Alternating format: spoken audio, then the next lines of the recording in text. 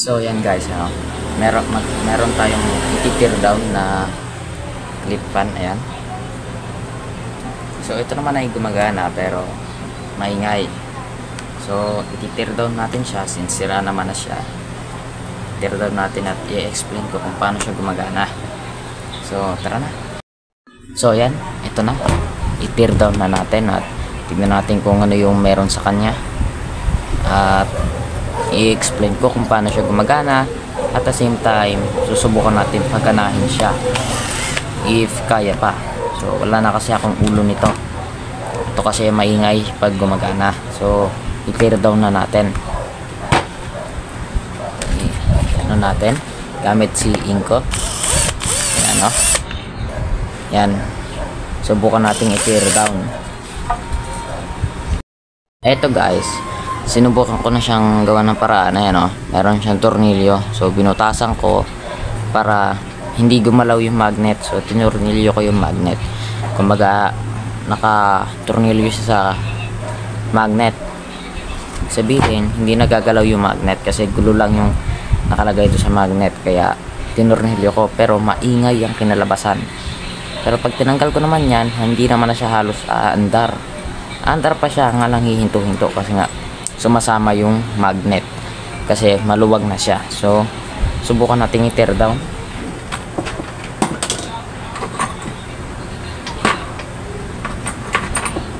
Meron tayong drill bit dito, ito, yan, at marumi. Punas natin dito. Ito kasi may magnet kaya ganito siya. So yan, ikabit na natin sa drill. Yan, salpak natin.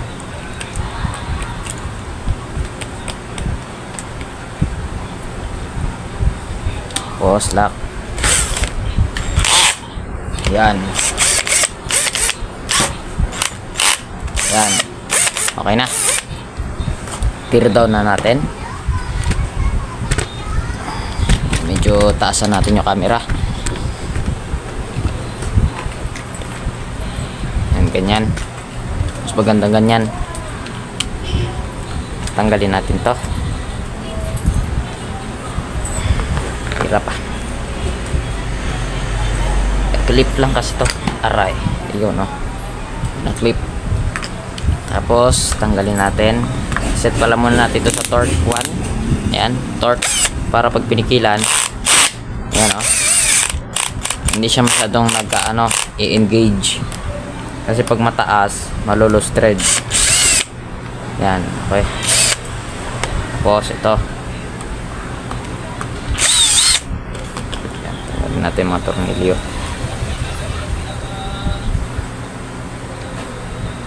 Tanggalin din natin to. Mamaya i-explain ko kung paano to gumagana at kung bakit napakamura, napakatipid niya sa kuryente. Yan, matipid to sa kuryente guys, ako na nagsasabi. Ginagamit ko din ito. Ayun, nahulog na yung nut.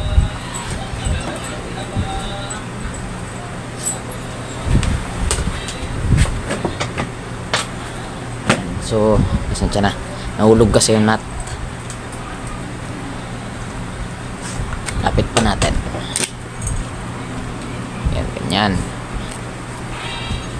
So palin lang natin to. Ayun, tumat. Summer. Yan, pasensya na, tumatahol yung aso ko. Yan, ay tanggalin natin ito. Yan, iba-iba naman yung version or yung kumbaga yung klase ng clip fan. Meron din namang hindi ganito yung kanyang meron namang hindi rin ganito yung ulo niya. Meron ding kasama na dito mismo sa ulo niya, hindi na siya natatanggal. Meron siyang ganon, pero ito separated. At meron siyang bearing. Ayan o, may bearing o. Meron siyang bearing. Tanggalin din natin tong blade.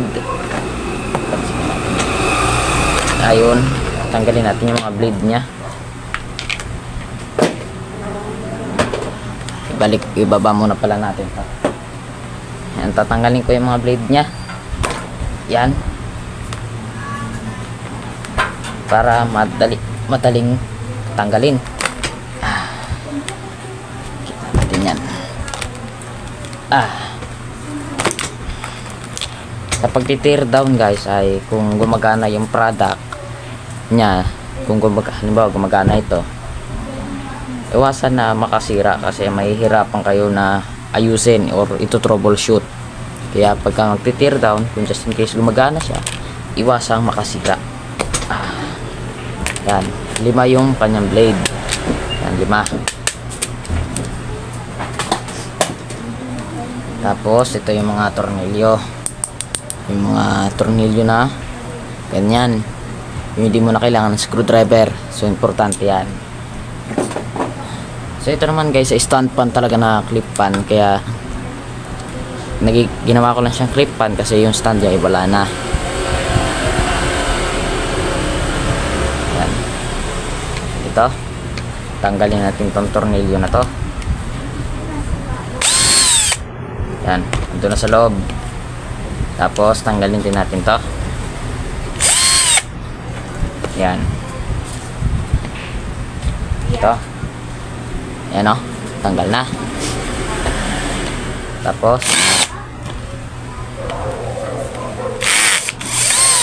yan, tanggalin natin mga tornilyo. Yan. Yan guys o. Ito na. Ito yung kanyang rotor. So umikot naman, pero makikita nyo sumasama yung magnet kasi nga maluwag. Ayan, tignan nyo. Tignan nyo ha, maluwag yan eh. Ayan o, nagagalaw ko siya. So maluwag ito. So subukan nating tanggalin yung motor nya. So ito guys, itong motor na ito, puno lang yan siya ng coil. Sa loob may coil, tas yung bakal na yan, yan yung nagsisilbing core. Para kung gumana siya, mapoprotektahan niya yung motor. Kumbaga yung pinaka coil. Tas yung coil na yan, nakakoveran siya ng tape, masking tape. Tapos sa electric fan kasi, yung rotor niya hindi siya magnetized. Tas yung pinaka motor niya na nasa outer ano niya, rotor, pagka sinaksak mo yun, magkakaroon ng magnet. Ito iba, sa outer magnet. Yan. Sa labas magnet, sa loob ano siya, motor siya. So baliktad. Yan.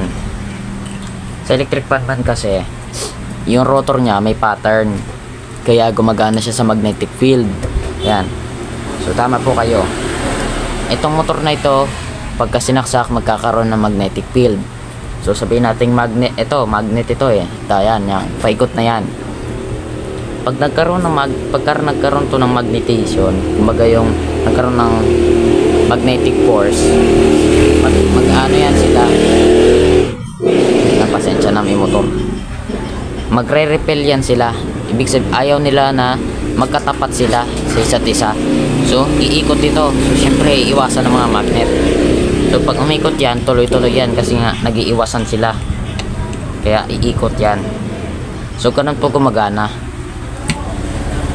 So subukan na lang natin tanggalin yung mga to yung motor. Tapos ipalit natin yung ulo. Ito, ulo. Meron ako dito. Yan. So ito.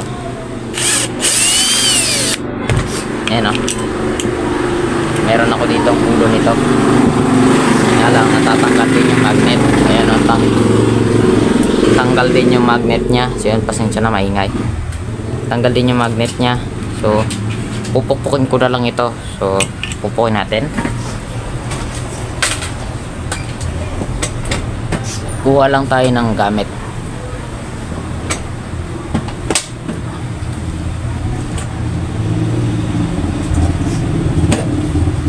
Pukpukin natin. Yan. Tuloy sa ul. Baba natin. Baba. Hindi siya makas. Hindi siya lalim. Hindi siya mga guys. Kaya may rapat lang pagkata. Hindi siya. Hindi siya talang. Pipok. Yan. Para malalim. Natin. Para. Yan. Kunin ko yan. Hindi kasi lubog. Yan lubog. Kasi lubog. Lubog bakit. Maano yung magnet. Hindi natatanggal.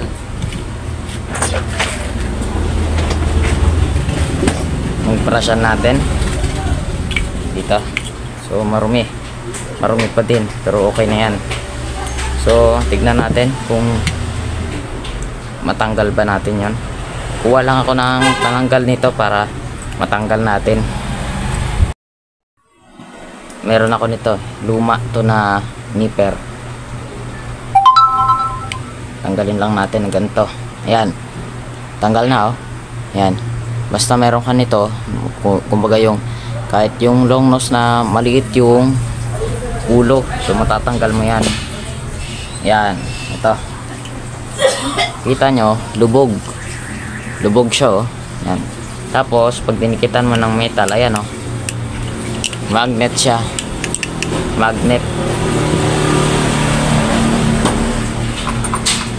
Ito, example, ayan oh, magnet.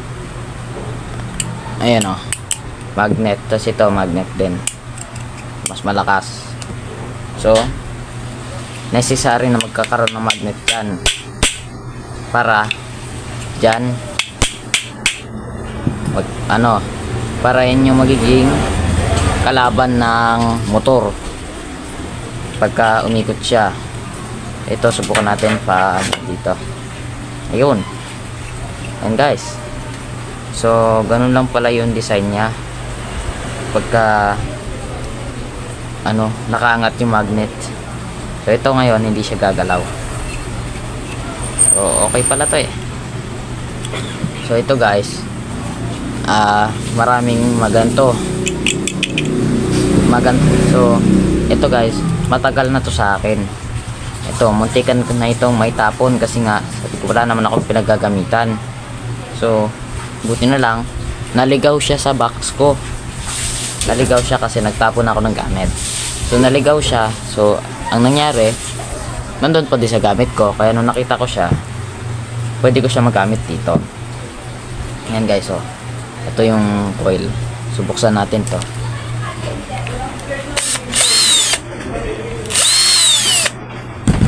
Yan guys, buksan natin.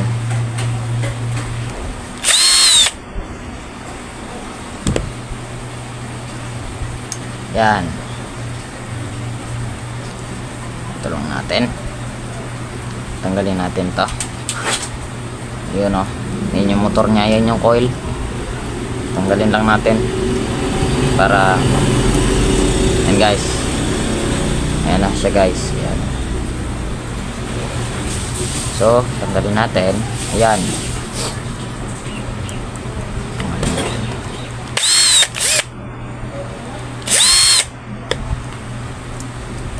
Ayan.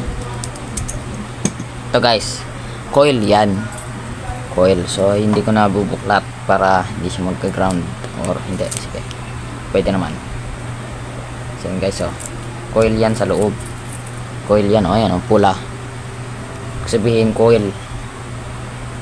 Yan. So balik natin yung tape. Baka hindi na may balik yan. So coil yan sa loob. Tapos pagka gumana siya, magkakaroon ng magnetic field. Kaya ang purpose naman ito, hihigupin niya yung magnet. So ito, magiging magnet to. Kaya ganon. Yun yung kanyang purpose. Kasi kung ito lang, hindi siya iikot kasi wala siya yung mga pattern na ganyan. So dapat may ganyan na pattern para yan yung susundan ng magnet. Yan yung susundin niya na magnetic field. Yan. So ibalik natin. Subukan natin paganahin ito. Kung gagana siya, edi maganda. Yung original housing niya kasi, pag gumagana ito, ingay. Tapos laging nagiinit yung kanyang motor pagka umaandar. Kaya ito, papalitan natin ng housing. Yan. So ito yung mga wires niya. So ito gumagana to guys ha. Tapos ikapit natin yung tornilyo. Yan. Tanggalin natin yung mga tornilyo.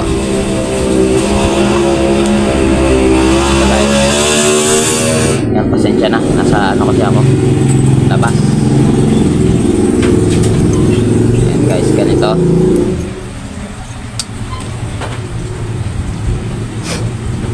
Ano ba to? Yan. Ito, yan. Punas na tayo ng kamay.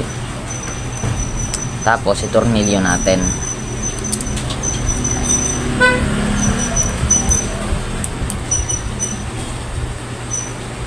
Yun lang.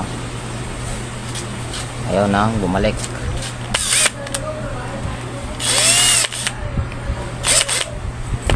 Hindi na siya nakatornilyo. Yun lang. Ayan. Paklong. Nasira pa yata natin. Yun. Alam ko na bakit. Ito guys, kulang. Ito pala. Kaya pala, sabi ko, di na tumurnilyo. Yun guys, kulang pa siya nito. Ito, kapit natin. Tapos kabit din natin to.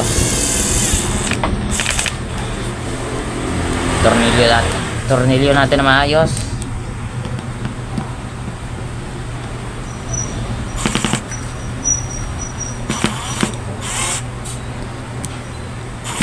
Yan.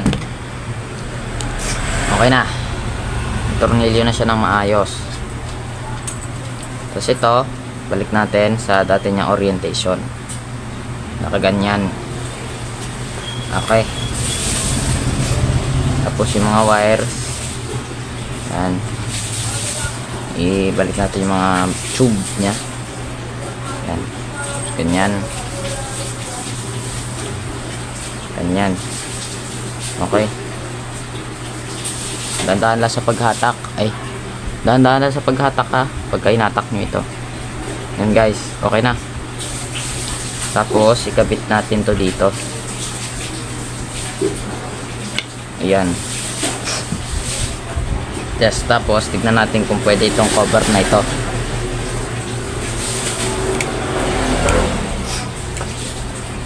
Ayan guys, pwede.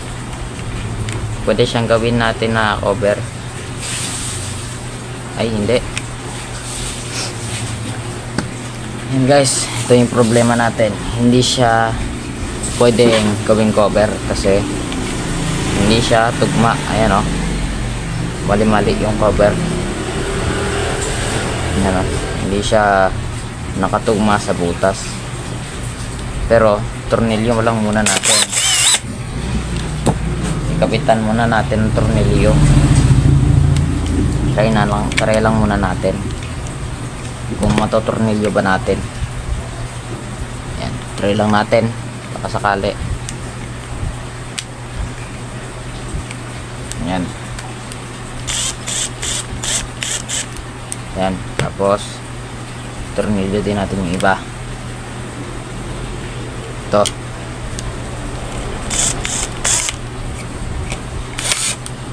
Yun. Ano natin?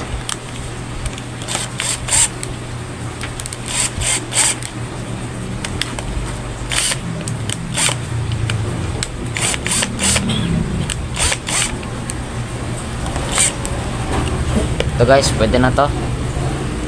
Yun na yan, aangat. So, okay na siguro yan. Aandar naman na siguro yan. Ayun pala, nakalimutan ko. Yung pin niya. Yung pin, hindi natin pwedeng kalimutan. Ito guys, oh. Yan yung C-clip.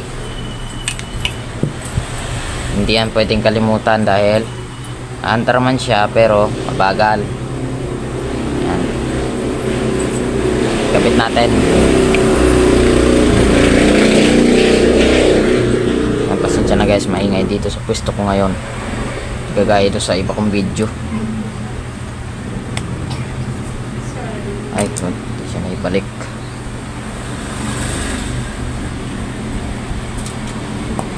Ayan guys. Ayun.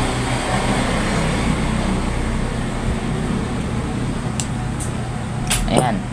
Ayan guys, oh. Okay na siya. Okay na. Balik na natin yung mga tornilyo. Ayan.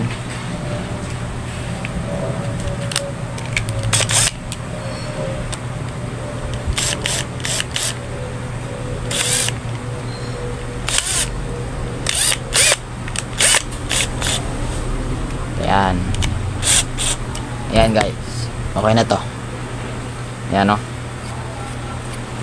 Okay na siya. Ikabit na natin ito.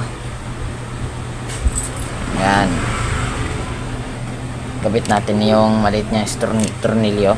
Ayan. Ito. Dito sa kanyang tornilyohan. Ayan. Okay siya. Okay.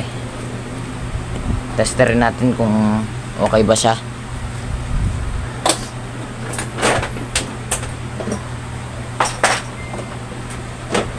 Ito. Tester natin na analog.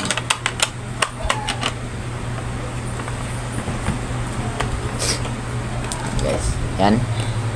Tester natin kung okay pa ba.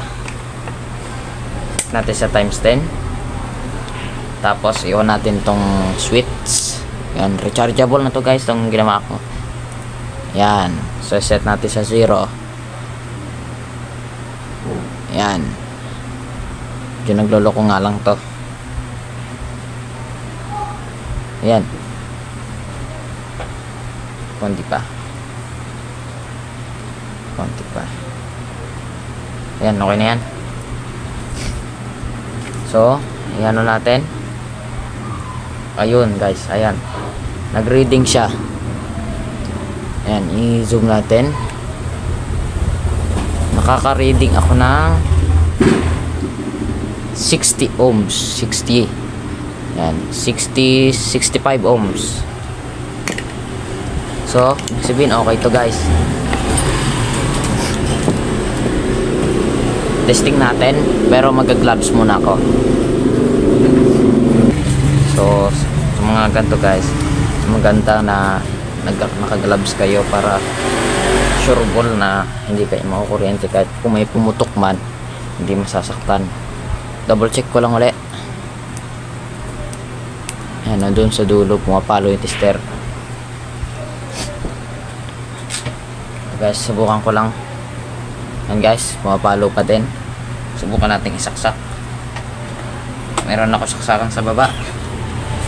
Patayin muna natin yung switch. On. In 3, 2, 1. Ayan guys. Lumagana pa siya. Ayan. Nga lang may. Ayan guys, oh, umikot. May kakaibang tunog. So, subukan kong gawa ng paraan yung tunog. O natin ulit. Ayan guys. Okay.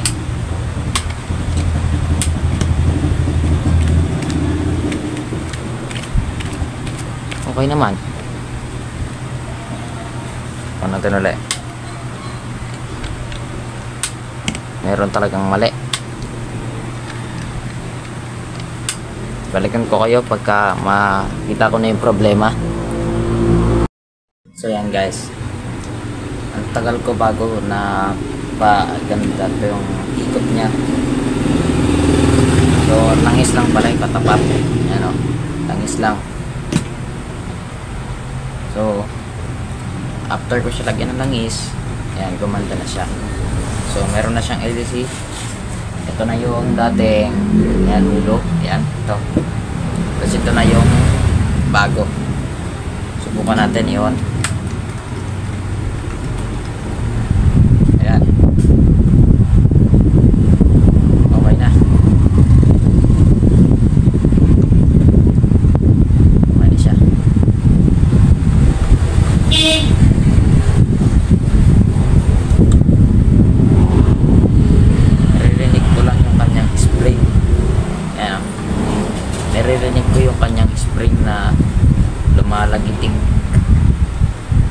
Pero okay na siya. Ayan, umikot na.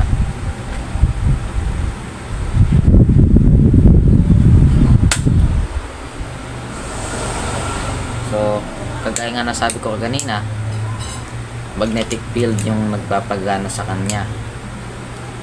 So, kung wala yung magnet, hindi siya gagana.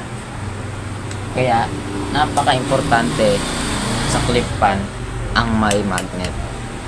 Magulat ka na lang makakita ka ng clip pan walang magnet. Ayan. Ito magnet to guys. Ayan, magnet. Ayan. Ayan o. Magnet siya. Ang problema nga lang sa kanya. Okay. Ang problema lang sa kanya, pagka lumuwag siya, since magnet nga siya, sasabayan niya yung motor. Sinasabayan niya sa pag-ikot. So, if gumana siya, pakita ko sa inyo. Kapit natin to dito.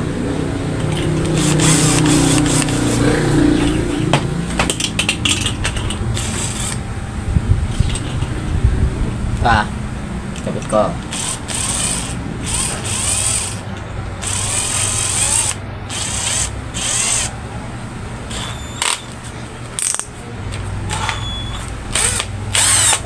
Yan. So pag kumikot yan, nakaganyan, no? Umiikot. Pag umikot yan, umiikot siya, di ba? Yan, no? Habang umiikot yan, sumasabay yung magnet. So pag sumabay yung magnet, may hirapang umikot yung motor. Kasi nga nawala yung magnetic field na inaano niya, binubugaw niya. So sinusundan siya. So kaya importante sa clip-pan ang magnet. Kailangan may magnet siya sa nakapalibot. Tapos laging importante na hindi gagalaw yung magnet. Ayan, o.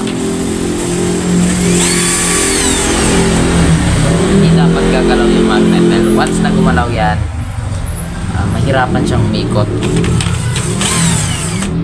Ayan. Yung kagaya niya, no? Ayan, naka-tornilyo na yung kanyang magnet. So, tinornilyo ko para hindi na siya gagalaw kasi sinubukan kong i-glue yan, hindi siya umubra kagaya dito. Tignan nyo, ayan o. Ayan o, may glue, diba may glue? Ibig sabihin, bakas na yan na ni-repair na siya. Ibig sabihin, hindi matibay yung design na ganito. Yan, dito pa lang o. Ayan. Hindi matibay yung design niya. Ito kasi matagal na, matibay na plastic ng clip pan. So try natin ulit buksan. Hindi na siya sasabay yung magnet niya. Ayan o, ikot na siya.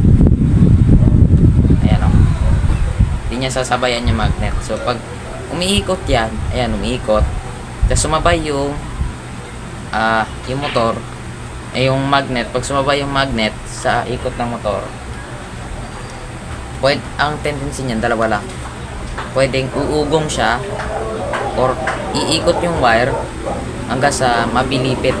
Pag napilipit, pwedeng mahatak yung wire or pwede namang mabanag yung wire hanggang sa lumabas yung tansok sa loob ng wire. Hindi magsa-short circuit yon, so puputok. So kaya importante sa clip pan ang magnet. At hindi ko rin pala nasabi sa inyo, meron yan siyang spring. Ayan, spring. Yan. Yan o, yan. Spring yan. Para sa yung spring? So, yung spring, pinipigilan niya yung mismong motor para umikot. Kasi pag sumabay naman, ang tendency naman yan, okay yung magnet, nakadikit. Sabi natin, tinornilyo na. Kung yung motor naman hindi siya naka-fix, kung yung motor naman ay umiikot din, dalawa lang din yan. Hindi, isa lang pala yan. Mapipilipit yung wire, tapos pag napilipit, pwedeng hindi na siya gagana or most most commonly na nangyayari, mag-short circuit yung dalawa. So parang ganito. Ito guys. Ito. Yun, sabihin natin ito yung wire ng clip pan. Yan. Pag umikot yan, tignan nyo ha. Pag pinaikot, kita nyo, bumubuhol. So pag bumuhol yan ang bumuhol, syempre, mababanat. So pag nabanat yun, pwedeng masira yung copper sa loob. So pag nasira yun, swerte ka kung hindi siya sasabog. Pag hindi nasira yan, pumatibay. Pero kung masira siya at nagkataon na lumabas yung copper at magdikit yun, magsushorted siya. Parang ganito. Yan, parang ganyan. Pagka lumabas, tapos ito yung dalawang line, pag nagdikit yan, puputok. So yun yung iniiwasan. Kaya yung clip pan, meron siyang spring para mapigilan yung motor. Kasi pag umikot yan, parang ayan. Hindi kasi siya kagaya ng electric fan na yung ordinary na electric fan na yung motor ay yung nasa outer side. Kumbaga yung rotor, yung hélice lang yung umiikot. Yung lang iikot sa kanya, hindi niya idadama yung mismong pinaka-wire. Kasi nga naka-fix lang yon, naka-tornilyo yon. Ito, nasa pinaka-umiikot yung motor. So, kailangan talaga doble ingat. Kaya may spring yan. Kaya yan siya may spring. Ayan, may spring. Yun yung purpose niya. So, ulitin ko. Ang magnet, ang purpose niya para maglaban yung magnet ng motor. So pag sinaksak ko siya, magiging magnet yung motor. Tapos magkokontrahan sila. So yun yung magkokos para umikot yung electric fan. Pangalawa, yung laman naman ng motor niya, coil lang din. Para lang sa parang normal lang na electric fan, pero isang ikot lang. Hindi kagaya sa electric fan motor na nakakailang turn ka para makagawa ng speed 1, speed 2, speed 3. Ito, iisa lang yung speed niya. Hindi na magbabago yun. Yan Hindi na yan magbabago. Ganyan na yan kalakas. Hindi kagaya sa electric fan. Yung kagaya niya, yan yung kagaya niyan, variable yung speed niya. Variable. Pero ang problema lang sa mga electric fan na ganito, pag nasira yung capacitor niya, mabagal na. Pag nasira yung bushing, hindi na aandar. Pag nasira yung thermal fuse, wala nang power. Ito, ang madalas na masira sa kanya, ito, madalas masira sa clip pan yan. Kasi ito, kung masira yung spring, pag maputol yan doon sa loob, ito, iikot na yan. Kasi wala nang pumipigil dito sa motor niya doon sa loob. Pag umikot yan, wala na. Jadi sasabay na yung wire. Pag umikot naman yun, ang tendency niyan, hindi na siya pwedeng umiikot siya hanggang sa maputol na yung wire. Hanggang sa tapos,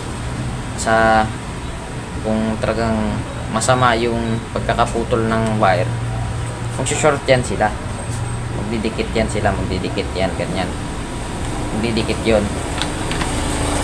Kaya, meron siyang spring. Kaya, importante din sa kanya yung spring. So, ganun gumagana yung clip pan. Yun yung mga parts niya, at ganun siya gumagana. Hindi kagaya sa mga motor ng electric fan. So, gagawin ko naman ng separate video yung paano gumagana yung electric fan na ganyan. Gagawin ko ng separate video yan para alam niyo din kung paano gumagana yon. So, yan. Dito ko na siguro tatapusin yung video na to. At kung manitutunan kayo sa video na to, maaari bang hilingin kong mag-subscribe, mag-like, mag-share, at higit sa lahat, huwag kalilimutang pinutin ang notification bell para lagi kang updated sa mga bagong videos ko. So yan, kita-kita tayo sa next video.